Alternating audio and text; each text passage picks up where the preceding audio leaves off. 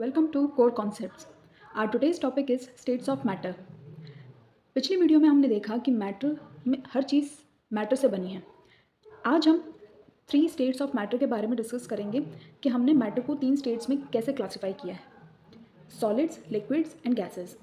Modern scientist के according actual में 3 नहीं 5 स्टेट्स ऑफ मैटर होती हैं, solid, liquid, gas, plasma and Bose-Einstein condensate. लेकिन ये जो 4th और 5th स्टेट ऑफ मैटर है ये हमारे सिलेबस में नहीं है, तो हम सिर्फ 3 ही स्टेट्स ऑफ मैटर को डिस्कस करेंगे।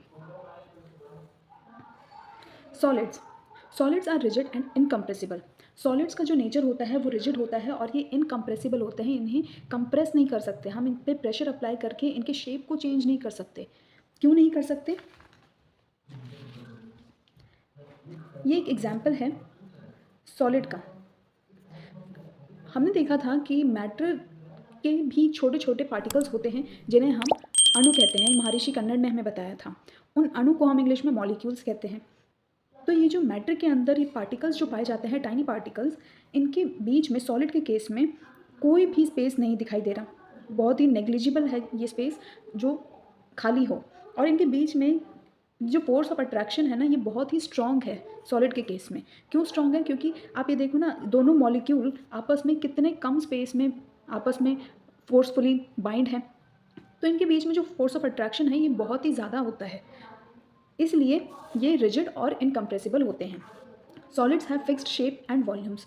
इसी चीज़ की वजह से इनका फिक्स्ड शेप होता है और फिक्स वॉल्यूम होता है, क्योंकि हम इस पर अगर प्रेशर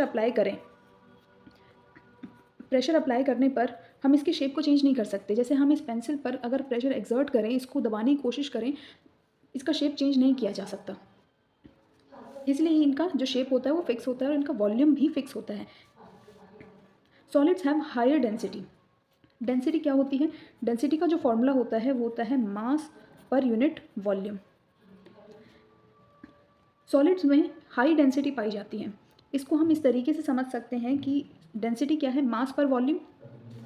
तो जो सॉलिड का मास है और वॉल्यूम है, वॉल्यूम क्या चीज़ होती है? किसी भी चीज़ को ऑक्यूपाई करना क्यूबिक सेंटीमीटर में, तो वो हमारा वॉल्यूम कहलाता है।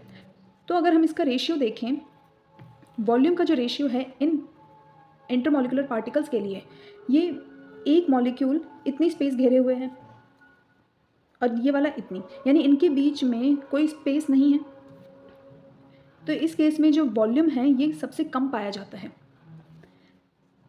जनरली अगर हम देखें तो अगर जितना छोटा ये हमारा वॉल्यूम होगा, जितनी छोटी वैल्यू वॉल्यूम की होगी, उतनी ही ज़्यादा डेंसिटी होगी, क्योंकि डेंसिटी जो है वो इन्वर्सली प्रोपोर्शनल है वॉल्यूम के। जितनी कम ये होगी उतनी ही ज़्यादा डेंसिटी होगी। तो इसके बीच में जो इंटरमॉलिक्यूलर फोर्सेज हैं, इनके बीच में वॉल्यूम सबसे कम होता है, इसलिए सॉलिड्स में डेंसिटी सबसे ज़्यादा होती है। In solids intermolecular forces are strong. Intermolecular forces are strong. Inter मतलब होता है बीच में, मॉलिक्यूल्स के बीच में जो फोर्स ऑफ अट्रैक्शन लग रहा है सॉलिड्स में, वो बहुत ही स्ट्रॉन्ग होता है। ये सॉलिड के मॉलिक्यूल्स हैं, ये आपस में बाइंड हो रखे हैं और ये इतने फोर्सफुली बाइंड हैं कि इनके बीच का जो फोर्स ऑफ अट्रैक्शन है ये इतने ज़्यादा अट्रैक्टिव फोर्सेस होते हैं सॉलिड्स में कि इनको तोड़ पाना आसान नहीं होता, ईजिली ब्रेकेबल नहीं होते। Intermolecular space is negligible. Solids में अब इनके बीच में जो स्पेस है वो इतना कम होता है कि हम उसको नेग्लिजिबल मान सकते हैं, बिल्कुल ही ना के बराबर मान सकते हैं।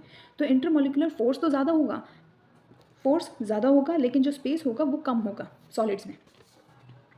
Solids have high melting and boiling point. Melting point वो होता है, मेल्ट मतलब होता है पिघलना। जब कोई भी सब्सटेंस सॉलिड से लिक्विड में चेंज हो, उस टेम्परेचर को हम मेल्टिंग पॉइंट कहते हैं। जिस टेम्परेचर पर सॉलिड जो है वो लिक्विड में चेंज होना स्टार्ट हो जाए, उस टेम्परेचर को हम मेल्टिंग पॉइंट कहेंगे। सिमिलरली बॉइलिंग पॉइंट क्या होता है? बॉइलिंग पॉइंट जब लिक्विड जो है वो गैस में कन्वर्ट होने लग जाए, जिस टेम्परेचर पर लिक्विड गैस में कन्वर्ट हो उस टेम्परेचर को हम बॉइलिंग पॉइंट कहते हैं।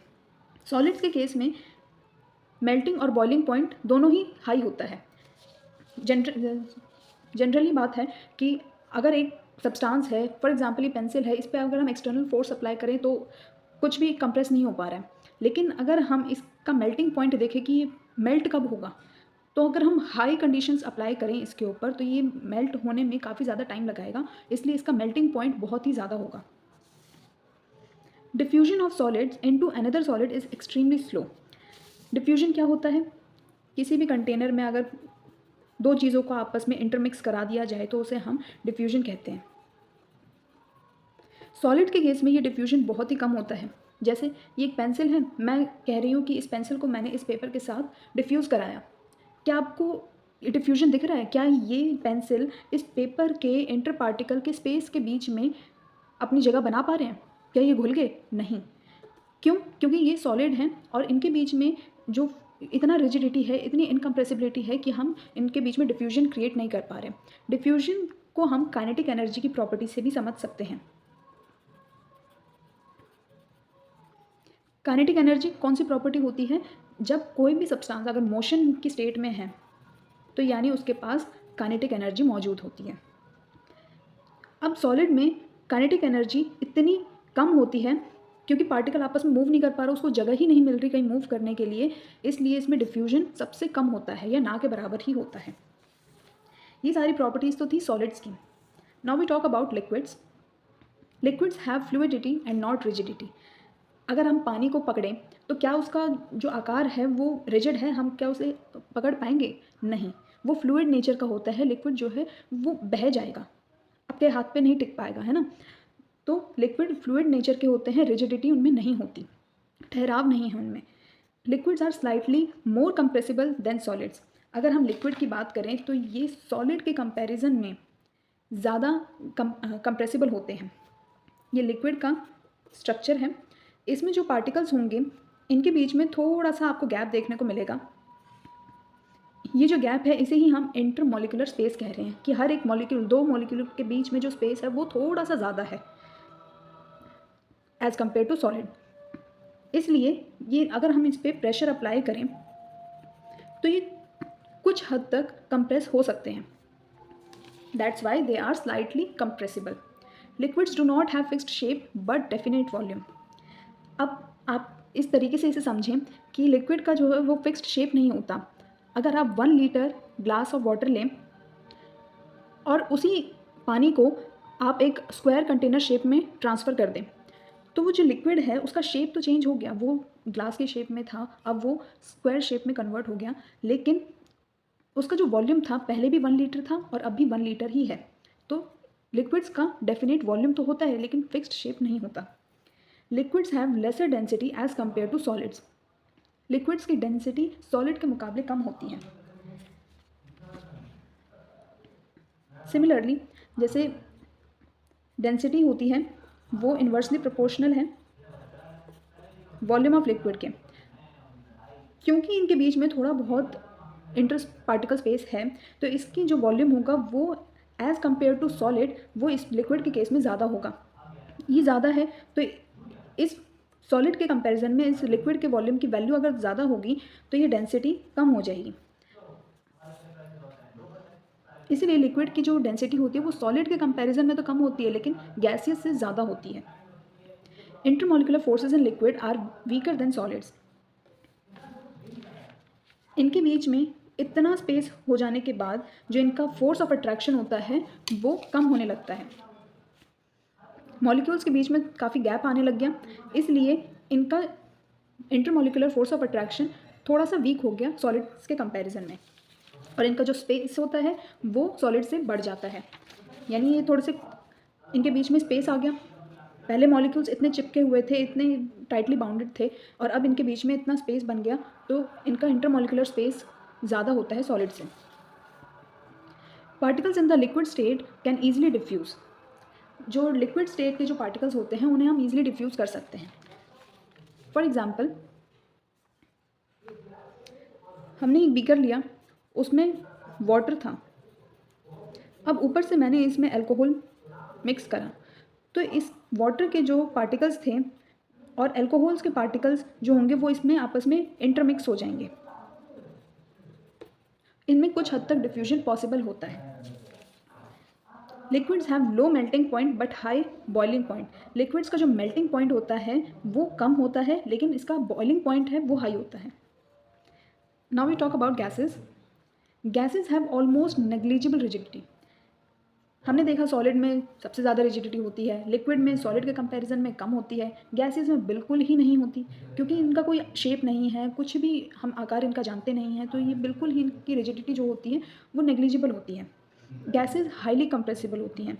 आपके घरों में जो सिलेंडर्स लगे हुए हैं वो लिक्विफाइड पेट्रोलियम गैस एलपीजी जो लगा होता है वो हाईली कंप्रेसिबल होते हैं। उनको इतना कंप्रेस कर करके एक सिलेंडर में भरा जाता है वो गैस। तो जो गैसेस होती हैं वो सबसे ज़्यादा कंप्रेसिबल होती हैं। क्यों होती हैं कंप्रेसिबल? क्योंकि इनके बीच में इतना ज़्यादा इंटरमॉलिक्यूलर स्पेस होता है कि ईजिली कंप्रेस हो सकती हैं। जब इस पर प्रेशर अप्लाई होगा तो ये ईजिली कंप्रेस हो जाएंगी, आसानी से ही कंप्रेस्ड हो सकती हैं। They do not have fixed shape and fixed volume. इनका कोई भी फिक्स्ड शेप नहीं होता, ना ही कोई फिक्स्ड वॉल्यूम होता है। Gases have very low densities. Gases की जो डेंसिटी होती है वो सबसे कम पाई जाती है। गैसेस का जो वॉल्यूम है वो सबसे ज़्यादा है। डेंसिटी इसके इन्वर्सली प्रोपोर्शनल है। ये जितना ज़्यादा होगा उतनी ही डेंसिटी कम हो जाएगी। तो गैसेस में सबसे कम डेंसिटी पाई जाती है। इनके जो बीच का इंटरमॉलिक्यूलर फोर्स है, अब अगर देखा जाए ये एक मॉलिक्यूल दूसरे मॉलिक्यूल से इतने ज़्यादा डिस्टेंस पे है तो इनके बीच में कोई अट्रैक्शन ही नहीं रहेगा। तो इनका जो इंटरमॉलिक्यूलर फोर्स ऑफ अट्रैक्शन होता है वो बिल्कुल नेग्लिजिबल होता है और इनका जो इंटरमॉलिक्यूलर स्पेस होता है वो बहुत ही ज़्यादा होता है। Gases diffuses into each other rapidly. इसलिए इनके बीच में जो डिफ्यूजन होता है वो भी सबसे ज़्यादा होता है। कोई भी दो गैस आपस में आराम से डिफ्यूज़ हो जाती हैं। Generally gases have low melting and low boiling point. Gases के पास लो मेल्टिंग और लो ही बॉइलिंग पॉइंट होता है। अच्छा, इसकी एक और प्रॉपर्टी होती है कि दे एक्सर्ट प्रेशर।